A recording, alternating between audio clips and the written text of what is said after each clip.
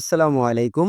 Welcome to Abid computer academy. কেমন আছেন সবাই? আশা করি সবাই ভালো আছেন। অ্যাডোবি ফটোশপ বাংলা টিউটোরিয়ালের আজকের ৩য় তম ক্লাসে আপনাদেরকে দেখাবো colour apply, zoom in, zoom out এবং হ্যান্ড টুলের ব্যবহার। আজকের ক্লাসে এই ৩টা নিয়ে আমরা আলোচনা করব। ৩টা জানবো এবং শিখবো। যারা একেবারে নতুন আছেন তাদের জন্য আমার এই সহজ ভাষায় টিউটোরিয়ালগুলা। তো যারা একবারে 0 থেকে A to Z শেষ করতে চান তাদের জন্য এই ধারাবাহিকভাবে টিউটোরিয়ালগুলা তৈরি করা। তো যারা এখনো আমাদের প্রথম এবং সেকেন্ড ক্লাসটি দেখেন নাই, আমার ভিডিওর ডেসক্রিপশন বক্সে প্রথম এবং দ্বিতীয় ক্লাসটি দেওয়া আছে, আপনারা চাইলে দেখে আসতে পারেন। তো কথা না বাড়িয়ে চলুন আজকের মূল ক্লাসে আমরা চলে যাই। ক্লাসের শুরুতে প্রথমেই আমরা যেটা দেখবো সেটা হচ্ছে কালার। এই যে এখানে দেখেন দুইটা কালার আছে, একটা হচ্ছে ব্যাকগ্রাউন্ড কালার আর একটা হচ্ছে ফরগ্রাউন্ড কালার। এই দুইটা কালার আমরা কিভাবে অ্যাপ্লাই করব, কেমনে কি করব, সমস্ত প্রসেস দেখা যায়।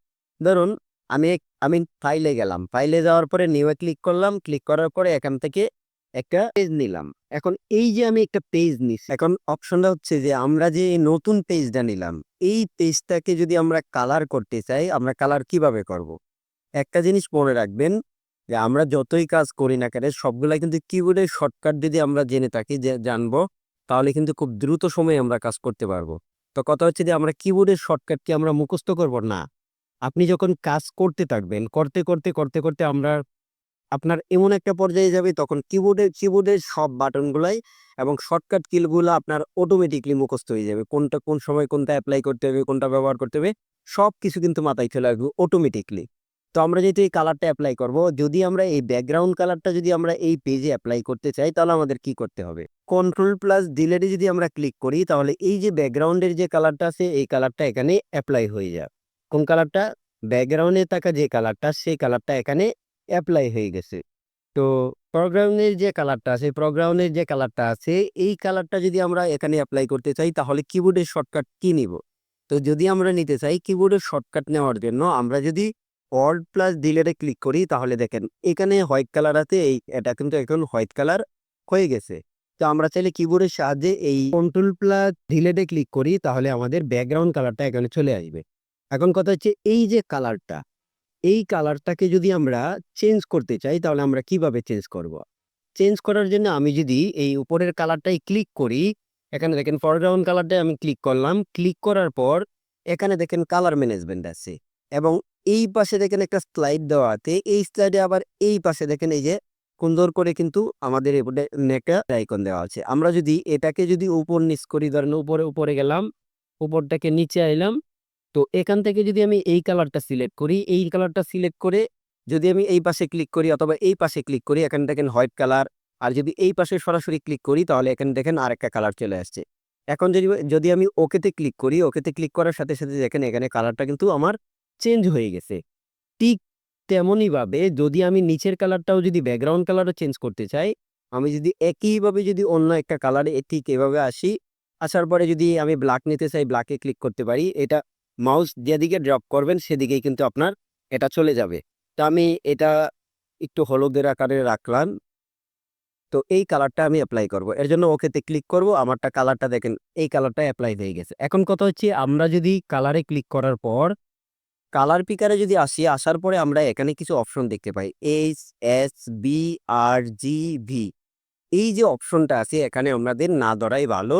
তবে আপনি এখান থেকে যে কালারটা চুজ করবেন, চুজ করার পরে এখানে যে আপনি একটা কোড দেখতে পারবেন, এই কোডটা ব্যবহার করে কিন্তু আপনি সেম কালার অ্যাপ্লাই করতে পারেন। নর্মালি মনে করেন যে আমি কোনো কিছু টাইপ করছি বা কোনো কিছু লিখছি, সেই ক্ষেত্রে কিন্তু এটা দরকার পড়ে যখন আমরা পরবর্তীতে আপনাদের টেক্সট কিংবা স্টিলের কালার কিংবা কোনো একটা কালার দরকার পড়ছে, কিভাবে কোড টাইপ করে সেম কালারটা আনবেন সেটা নিয়ে বিস্তারিত পরবর্তীতে আলোচনা করব। আজকে আমরা এটাই দেখলাম। তো আমরা এখান থেকে কি শিখলাম? যে কিভাবে কালার ম্যানেজমেন্ট করতে পারি, কালার অ্যাপ্লাই করতে পারি, সেই বিষয়টা শিখলাম। এখন আপনাদেরকে যে জিনিসটা দেখাবো সেটা হচ্ছে জুম ইন এবং জুম আউট। এখন আপনি যখন এখানে একটা পেজ নেবেন বা আপনি কোনো ডকুমেন্ট নেবেন, কাজ করবেন, সেই পেজটাকে কিভাবে জুম ইন জুম আউট করবেন।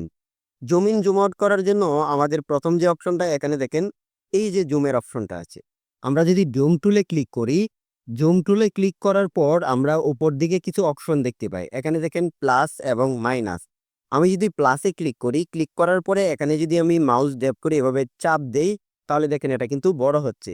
এবং যদি আমি এই মাইনাস অপশনে ক্লিক করি, ক্লিক করার পরে যদি আমি এই পেজে চাপ দেই তাহলে দেখেন এটা কিন্তু ছোট হচ্ছে।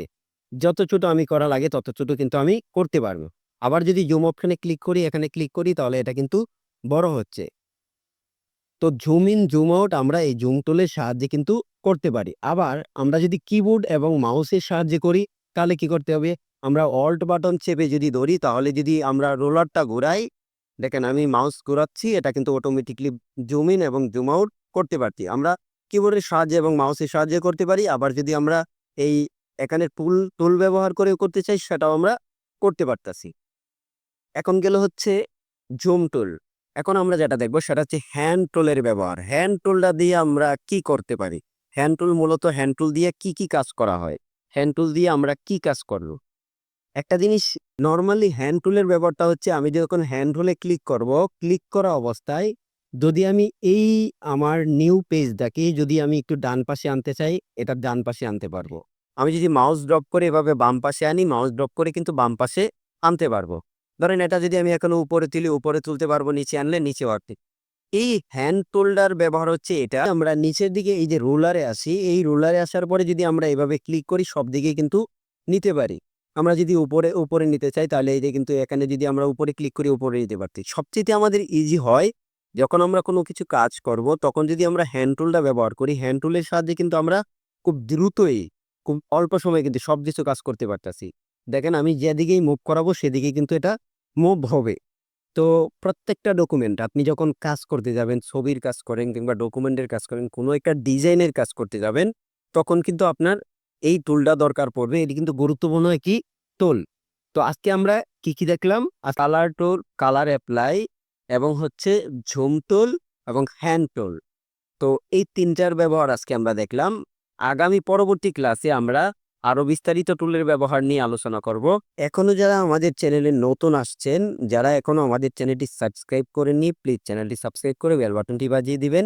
যদি আপনি মনে করেন যে আমাদের এই টিউটোরিয়ালগুলা আপনার উপকার হচ্ছে কিংবা আপনার দ্বারা অন্য একটা মানুষের উপকার হবে, তাহলে ভিডিওটি শেয়ার করে দিবেন। পরবর্তীতে কি ভিডিও চান কমেন্ট বক্সে জানিয়ে দিবেন। তো আজকের মতন বিদায় নিচ্ছি এখানেই। দেখা হচ্ছে পরবর্তী কোনো টিউটোরিয়ালে। সবাই ভালো থাকবেন, সুস্থ থাকবেন। আসসালামু আলাইকুম ওয়া রাহমাতুল্লাহি ওয়া বারাকাতুহু।